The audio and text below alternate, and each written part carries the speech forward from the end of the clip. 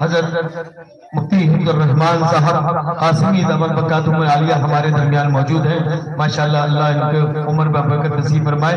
ہم ان سے درخواست کریں گے کہ اپنے ناصحانہ صالحانہ کلمات کو ہم سامعین حضرات کو مستفیض فرمائیں.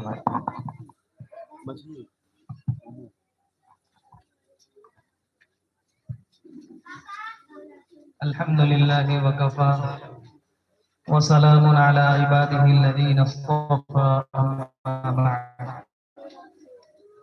اعوذ باللہ من الشیطان الرجیم. بسم اللہ الرحمن الرحیم. یا ایہا الذین آمنوا قوا انفسکم واہلیکم نارا وقودها الناس والحجارة عليها ملائكة غلاظ شداد لا يعصون الله ما أمرهم ويفعلون ما يؤمرون.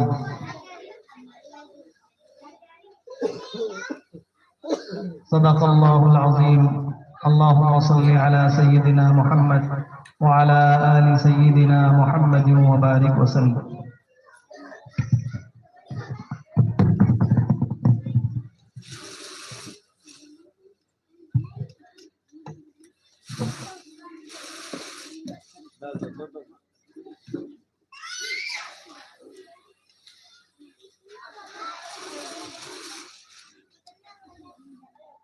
آپ حضرات بہت دیر سے چھوٹے چھوٹے معصوم بچوں کا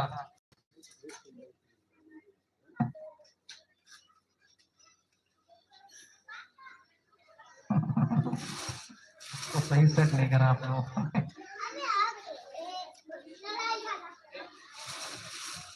چھوٹے چھوٹے معصوم بچوں کا پروگرام دیکھ رہے تھے. ہم تو آئے لیکن جتنا دیکھا اس سے ایسا محسوس ہوا کہ بچوں نے بہت اچھی تیاری کی. وہ بچے بھی قابل مبارکباد ہیں اور جن اساتذہ نے ان بچوں کو تیار کیا وہ اساتذہ بھی قابل مبارکباد ہیں اور ان کے والدین بھی قابل مبارکباد ہیں. انہوں نے ایسے مکتب سے اپنے بچوں کو جوڑ رکھا ہے.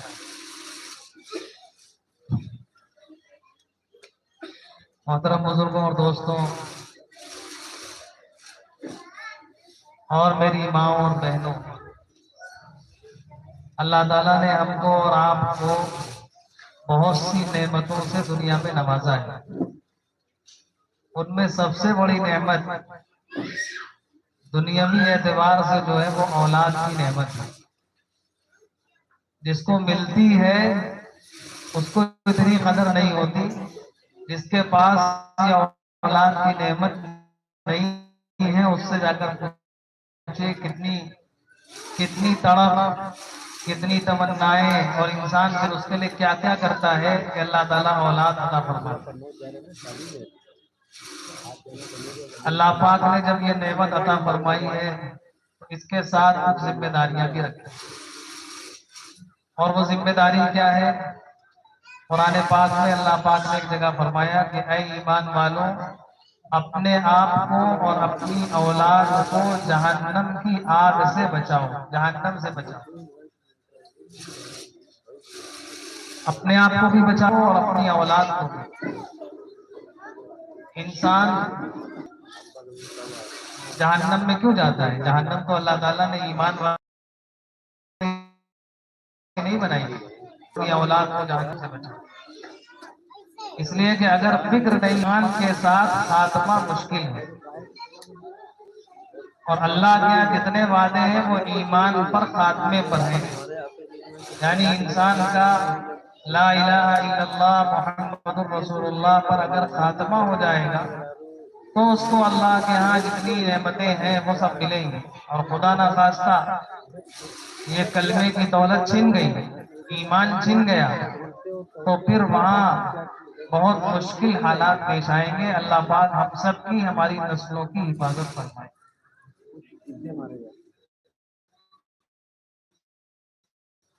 یہ جو مکاتب ہیں یہ ہمارے بچوں کی اسے دین کی حفاظت کرنے کا قلعہ ہے، مضبوط قلعہ ہے. اگر ہم نے اپنے بچوں کو ان مکاتب سے جوڑ دیا تو انشاءاللہ ان کے دین کی، ان کے ایمان کی حفاظت موت تک ہوتی رہے گی۔ بچپن سے جو چیز بچوں کے دل و دماغ میں بیٹھ جاتی ہے وہ پھر نکلتی نہیں ہے۔ ہو سکتا ہے زمانے کے حالات یا اور ماحول کے بگڑنے کی وجہ سے وہ کسی برائی کا شکار ہو جائیں، غلط کام کرنے لگے، لیکن اگر بچپن میں دین اور ایمان کی عظمت ان کے دل میں پیدا کر دی گئی ہے، حضرت نبی کریم صلی اللہ علیہ وسلم کی محبت ان کے دل میں پیدا کر دی گئی ہے، تو پھر انشاءاللہ وہ کسی بھی مرحلے میں چلے جائیں، گناہگار تو ہو سکتے ہیں لیکن ایمان سے کبھی سودا کرنے والے نہیں ہوں گے۔ اور ایک نہیں، ایسے سینکڑوں واقعات ہیں کہ جن لوگوں نے بچپن میں اپنے دین اور ایمان کی حفاظت کر لی تھی، بچپن میں ان کے والدین نے ایسے لوگوں سے بچوں کو جوڑ دیا تھا کہ جن لوگوں نے ان کے بچوں کے دل میں ایمان کی اور اسلام کی عظمت اور نبی کی عظمت پیدا کر دی تھی، وہ برے سے برے ماحول میں گئے، بہت بگڑ گئے، لیکن اپنے ایمان کا سودا نہیں کیا۔ ایک واقعہ ہمارے بزرگ نے سنایا تھا کہ ایک نوجوان امریکہ چلا گیا، وہاں کا تو ماحول بہت بگڑا ہوا، اسی بگڑے ماحول میں اور بگڑ گیا، شراب اور دنیا بھر کی چیزیں جو وہاں کے ماحول کا حصہ ہیں، سوسائٹی کا حصہ ہیں، ان تمام چیزوں میں وہ لگ گیا۔ یہ بزرگ وہاں تشریف لے گئے تو کسی نے بتایا کہ وہ ایک نوجوان ہے اور بہت بگڑا ہوا ہے، آپ کچھ بات چیت کر لیجئے شاید تو صحیح ہو جائے۔ اس کو بلایا، اس سے پوچھا کہ تمہارا کیا نام ہے؟ اس نے کہا کہ وہ ایم اور یو صرف، اور اسی نام سے اس نے آئی ڈی وغیرہ بھی سب بنا رکھا ہے۔ حضرت نے پوچھا کہ بھئی تمہارا کیسا نام ہے؟ اس سے کچھ دیر بات کی، اس نے کہا دراصل میرا نام تو محمد تھا، گھر والوں نے محمد رکھا تھا، لیکن جب ہم یہاں آئے اور یہاں دوستی یاری غلط ہو گئی، گناہوں کی زندگی شروع ہو گئی، تو ہم شراب وغیرہ بھی پینے لگے، اور اسی حال میں جب شراب کھانے میں وہاں جاتے تھے اور کوئی نام پکار لیتا تھا محمد، تو مجھے بہت ڈر لگتا تھا کہ ایسی ناپاک جگہ میں یہ مبارک نام، پیارا نام لیا جا رہا ہے، اس لیے میں نے اپنا نام بدل لیا کہ کم سے کم یہ نام یہ غلط جگہوں میں نہ لیا جائے۔ بس وہ دل میں عظمت تھی، اسی وجہ سے اس نے نام چینج کیا تھا۔ اللہ نے اسی عظمت کی وجہ سے پھر توبہ کی توفیق عطا فرما دی، زندگی پھر بدل گئی۔ یہ جو بچپن کی تعلیم ہے، انسان کہیں بھی چلا جائے، اگر بچپن میں آپ نے اس کے دل کے اندر یہ عظمت پیدا کر دی، دین سکھا دیا، تو انشاءاللہ وہ دیندار باقی رہے گا، قیامت میں ہم سب کی آنکھوں کی سرخروئی کا ذریعہ سبب بنے گا۔ اگر بچپن میں نہیں سکھایا گیا، ہم نے سب جگہ بیچ دیا، آج افسوس ہے بہت سے ماں باپ ایسے بھی ہیں کہ ان کو یہ فکر تو ہوتی ہے کہ ہم فوراً اسکول میں اور وہاں ایڈمیشن کرا دیں، لیکن مسجد اور مکتب میں، مدرسے میں اس کے لیے بہت سوچتے ہیں، بہت زیادہ سے زیادہ یہ کیا گھر میں کسی کو لگا لیا، اس نے آ کر قرآن پڑھا دیا، بس سوچا کام ہو گیا۔ آپ جیسے گھر میں بلا کر ماڈرن ایجوکیشن کے سبجیکٹس نہیں پڑھواتے ہیں، باقاعدہ کسی ادارے میں بھیجتے ہیں، اسی طرح اگر بچوں کو اچھا مسلمان بنانا ہے تو باقاعدہ کسی ادارے سے، مکتب سے جوڑیے۔ انفرادی طور پر تعلیم کے وہ اثرات نہیں ہوتے جو اجتماعی طور پر ہوتے ہیں۔ یہ مکتب بھی ماشاءاللہ یہاں چل رہا ہے، ہمارے مولانا چلا رہے ہیں محنت سے، اور اتنے اچھے ماشاءاللہ اتنے زیادہ بچے یہاں تعلیم حاصل کر رہے ہیں، اور یہ انعامات ابھی رکھے بچوں کو ملیں گے۔ اس سے پتہ چلتا ہے کہ مولانا بھی ماشاءاللہ خوب محنت کر رہے ہیں۔ ہم سب کو ان کا تعاون کرنا چاہیے، اور تعاون یہ ہے کہ ہم اپنے بچوں کو ان مکاتب سے جوڑیں۔ کوئی ایک بچہ بھی ہمارے گھر میں، ہمارے پڑوس میں، ہمارے رشتہ داروں میں ایسا نہ ہو جو دین کی اس بنیادی تعلیم سے محروم رہ جائے۔ یاد رکھیے اس زمانے میں ایمان کی حفاظت بچوں کی بس اسی راستے سے ہو سکتی کہ ہم ان کو مکاتب سے جوڑ دیں، بچپن سے ان کے دل کے اندر دین اور اسلام کی عظمت پیدا کریں۔ ورنہ جو آج تعلیمی اداروں میں، اسکولوں میں اور کالجز میں سکھایا جا رہا ہے وہ بالکل ہمارے دین سے دور کر دیا جا رہا ہے۔ سنو، اگر ہم نے حفاظت نہیں کی ہماری آئندہ نسلیں ہماری اپنی نہیں ہوں، اور اگر ابھی سے حفاظت کر لی تو انشاءاللہ چاہے جیسے حالات آئیں ہماری یہ نسلیں ہماری باقی رہیں گی، اپنی رہیں گی۔ ایک بات تو یہ بچوں کے تعلق سے ہے، اپنے بچوں کے ایمان کی حفاظت کے لیے اللہ نے ایمان کی جو عظیم دولت ہم کو مفت میں عطا فرمائی۔ ہم نے کچھ کیا نہیں، مسلمان گھر میں پیدا ہو گئے اس لیے مسلمان ہو گئے۔ اللہ نے یہ عظیم دولت ہم کو جو مفت میں عطا فرمائی ہے، یہ دولت باقی کیسے رہے تو ہم اپنے بچوں کو مکاتب میں جوڑ دیں۔ خود ہماری یہ دولت کیسے باقی رہے؟ ہم جو بڑے ہیں، ماں باپ ہیں، اس کے بہت سے طریقے ہیں۔ ایک بہت آسان نسخہ، بہت آسان عمل آپ کو بتاتے ہیں، اگر ہم اس پر عمل کریں گے انشاءاللہ اللہ کی ذات سے امید ہے ہمارا ایمان سلامت رہے گا، اور موت کے وقت اللہ پاک زبان پر کلمہ جاری فرمائے۔ ہم سب چاہتے ہیں کہ جب زندگی کا آخری وقت آئے، ہماری سانس اکھڑ رہی ہو، ہم اللہ کے پاس جا رہے ہوں تو ہماری زبان سے کلمہ جاری ہو جائے، لا الہ الا اللہ محمد رسول اللہ، یہ پڑھتے ہوئے ہم اللہ کے پاس جائیں۔ ہر مسلمان کی یہ تمنا ہوتی ہے اللہ پاک ہم سب کو کامل ایمان پر ہمارا خاتمہ نصیب فرمائے، موت کے وقت ہم سب کو کلمہ نصیب فرمائے۔ جس کا آخری بول کلمہ ہوا وہ سیدھے جنت میں جائے گا انشاءاللہ۔ پیارے آقا صلی اللہ علیہ وسلم نے فرمایا جس کی زبان سے آخری میں کلمہ نکلا وہ سیدھے جنت میں جائے گا۔ اب یہ آخری تک ایمان کیسے باقی رہے گا؟ بہت آسان عمل۔ وہ آسان عمل کیا ہے؟ پیارے آقا صلی اللہ علیہ وسلم کی سچی محبت اپنے دل میں پیدا کرنی چاہیے۔ بس جس دل میں اللہ کے آخری پیغمبر جناب محمد الرسول اللہ صلی اللہ علیہ وسلم کی محبت پیدا ہو گئی، وہ کیا ہے کہ ہم پیارے آقا صلی اللہ علیہ وسلم کی سچی محبت اپنے دلوں میں پیدا کریں۔ دیکھیں محبت کا نام لینے والے، محبت کا دعویٰ کرنے والے تو بہت ہیں، سب کہہ دیتے ہیں کہ ہم بھی عاشق رسول ہیں۔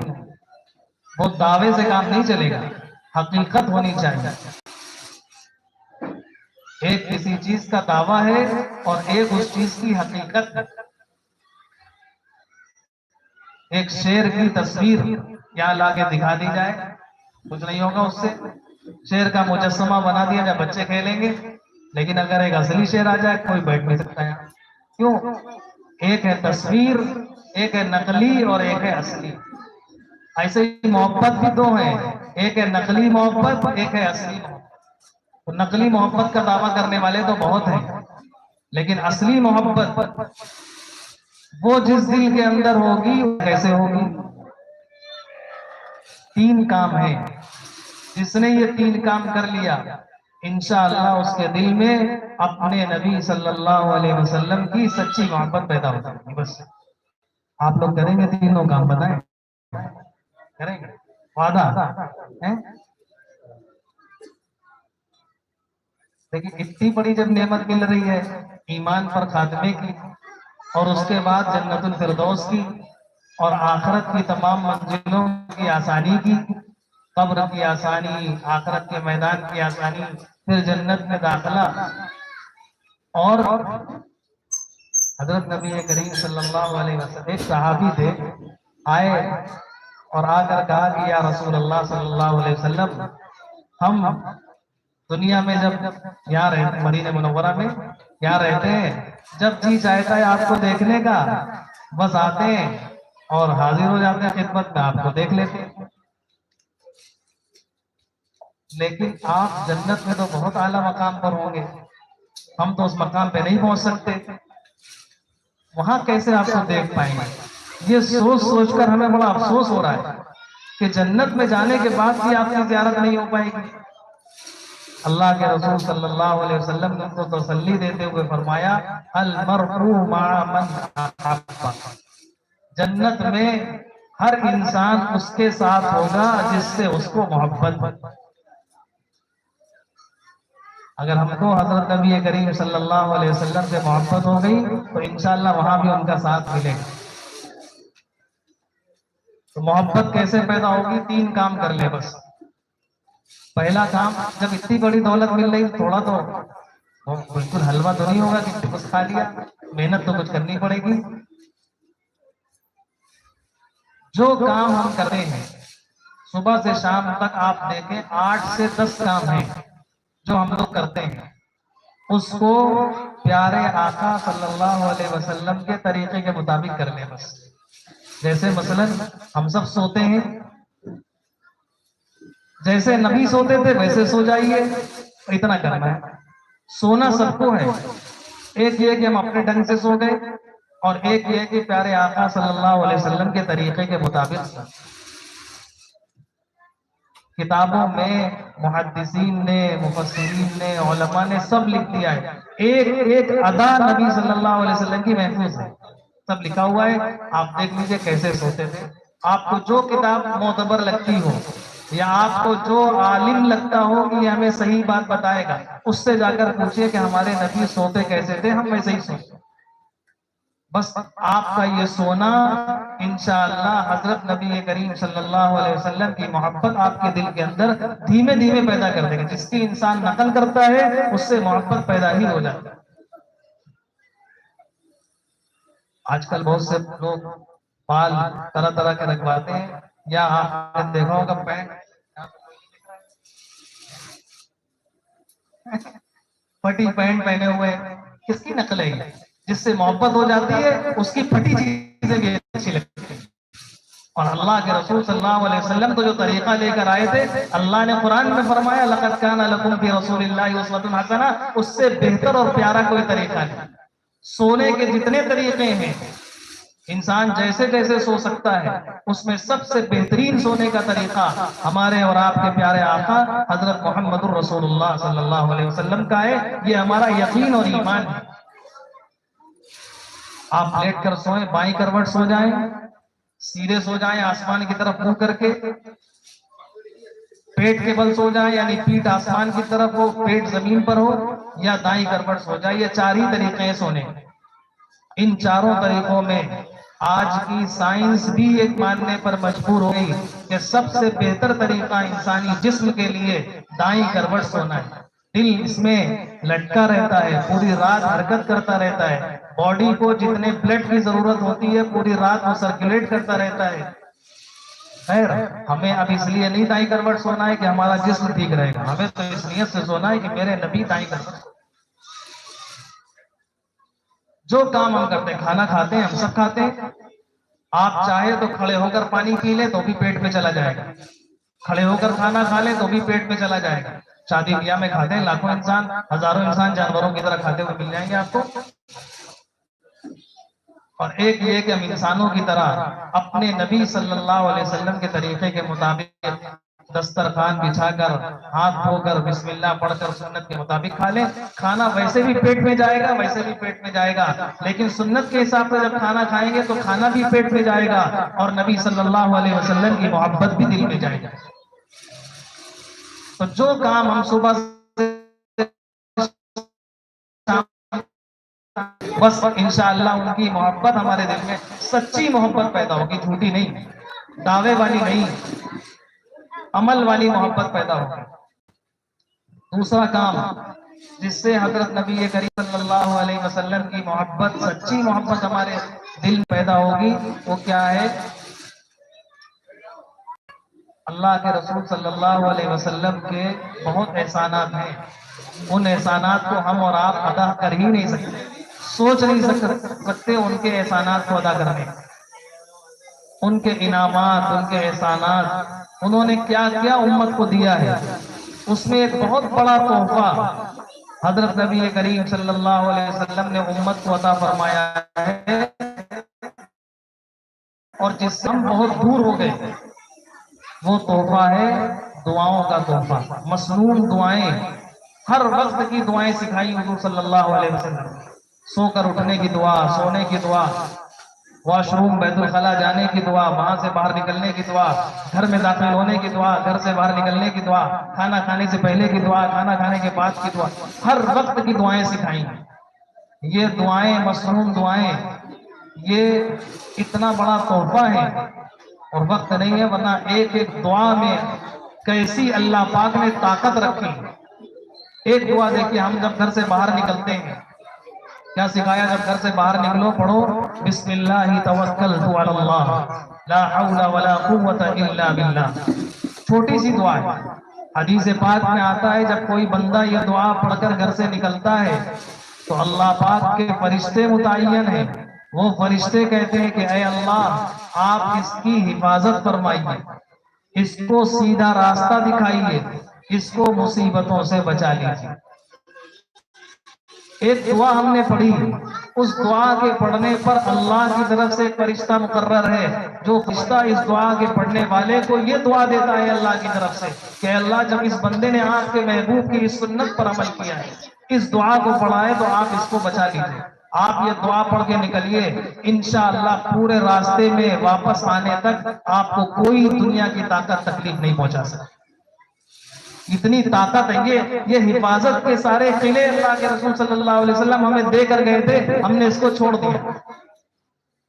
کچھ نہیں ہو سکتا آپ کا. آپ یہ دعا پڑھ کر نکلیے یقین کے ساتھ. کوئی طاقت، نہ جناتی، نہ شیطانی، نہ انسانی، کوئی طاقت نقصان نہیں پہنچا سکتی جو گھر سے باہر نکلتے وقت یہ دعا پڑھ. تو جو دعائیں ہیں مسنون، آج ہمارے بہت سے لوگ طرح طرح کی مصیبتوں میں، پریشانیوں میں گرفتار ہوتے ہیں. ہمارے گھروں کے اندر یہ جو پہلے جو پرانے لوگ ہیں وہ جانتے ہوں گے، ٹوائلٹس وغیرہ بنائی جاتی تھی. اب تو گھر جگہ چھوٹی ہونے لگی اور اٹیچ ٹوائلٹ باتھ روم کا رواج پڑ گیا. اللہ کے رسول صلی اللہ علیہ وسلم نے دعا سکھائی کہ جب ٹوائلٹ جاؤ، بیت الخلا جاؤ، دعا پڑھو اللہم انی اعوذ بک من الخبث والخبائث، کہ اے اللہ میں آپ کی پناہ چاہتا ہوں خبیث، برے شیاطین مردوں سے اور برے شیاطین جنات عورتوں سے. یہ کیوں سکھایا اللہ کے رسول نے؟ اس کا مطلب وہاں یہ شیاطین، یہ جنات، مرد اور عورتیں جو بری ہیں وہ وہاں رہتے ہیں، اسی لیے تو سکھایا ہے. اب ہمارے گھروں کے اندر بنائے، ہم آرام سے جاتے ہیں آتے ہیں جاتے ہیں آتے ہیں، اور گھر کے اندر بھی وہی، جب آپ وہاں ہیں تو روم کے اندر بھی وہ ٹہل رہے ہیں سب، اور آپس میں لڑائی جھگڑے، بیماریاں، بے شمار بیماریوں کا تعلق ہمارے ٹوائلٹ دعا نہ پڑھنے کی وجہ سے بے شمار بیماریاں آتی ہیں. آپ صرف اس پر عمل کرنے لگی، انشاءاللہ آپ کو خود بہت سی بیماریوں سے حفاظت ہوگی، بہت سی بیماریوں سے. یہ اللہ کے رسول صلی اللہ علیہ وسلم ایسا تحفہ امت کو دے کر گئے کہ ہم نے اس تحفے کی قدر کو نہیں پہچانا. ہم بار بار ڈاکٹر کے پاس، ان کے پاس بھاگتے ہیں، لیکن یہ حفاظت کے جو چیزیں اللہ کے نبی ہمیں دے کر گئے تھے اس کو ہم نے چھوڑ دیا. آپ ان مصنون دعاؤں کا اہتمام کیجیے. اس کے دنیاوی فائدے تو جو بے شمار ہیں وہ ملیں گے آپ کو. اس کے ساتھ ساتھ سب سے عظیم فائدہ جو ملے گا، اس دعاؤں کی برکت سے آپ کے دل میں حضرت نبی کریم صلی اللہ علیہ وسلم کی سچی اور حقیقی محبت پیدا ہوگی. پہلا عمل سچی محبت پیدا کرنے کا کہ ہم ان کے طریقوں کے مطابق سارے کام کریں. جو کام ہم کرتے ہیں، کپڑا پہننا ہے آپ ایسے بھی پہن سکتے ہیں، پہلے دایاں ہاتھ ڈال دیجیے آستین میں، یہی سنت کا طریقہ ہو جائے گا. بس کوئی مشکل، آپ جو کام کر رہے ہیں اس کو آپ کسی نہ کسی طریقے سے تو کریں گے، آپ اس کو نبی کے طریقے سے کر دیجیے. اور جو مسنون دعائیں ہیں، چھوٹی چھوٹی دعائیں، صبح سے شام تک کے 10 12 15 کام ہوتے ہیں، ان کی دعائیں یاد کر لیجئے. پہلے کی عمل کے بعد کی 30 40 50 دعائیں زیادہ سے زیادہ ہیں، کوئی مشکل نہیں ہے یاد کرنا، اور ہر عمر کے لوگ یاد کر سکتے ہیں. آپ وہ دعائیں یاد کر لیجئے، آپ کی زندگی میں خود ان دعاؤں کی وجہ سے بے شمار برکتیں آئیں. تیسرا عمل جو بہت آسان ہے، یہ دو تو تھوڑے مشکل ہیں اس لیے کہ وقت پر یاد نہیں آتے ہیں اگر پابند نہیں ہو، لیکن جب محبت پیدا ہو جائے گی، جب محبت پیدا ہو جائے گی تھوڑے دن کرتے کرتے پھر آپ اس کے بغیر رہ نہیں پائیں گے. جس سے محبت پیدا ہو جاتی ہے پھر انسان اس کے بغیر رہ نہیں پاتا. تیسرا عمل محبت کا ہم سب کریں، پابندی سے کریں. کیا کرنا ہے؟ دیکھیں ان کے اتنے احسانات ہیں، ان کو کبھی تو یاد کرنا چاہیے، کبھی تو یاد کرنا چاہیے. ہم صبح سے شام تک بتائیے کتنا وقت ان کے لیے نکالتے ہیں. جنہوں نے کسی لمحے ہمیں نہیں بلایا، ہم کتنا وقت ان کے لیے نکال لیں. تھوڑا سا وقت ان کے لیے نکال کر کچھ درود پاک کا اہتمام کریں.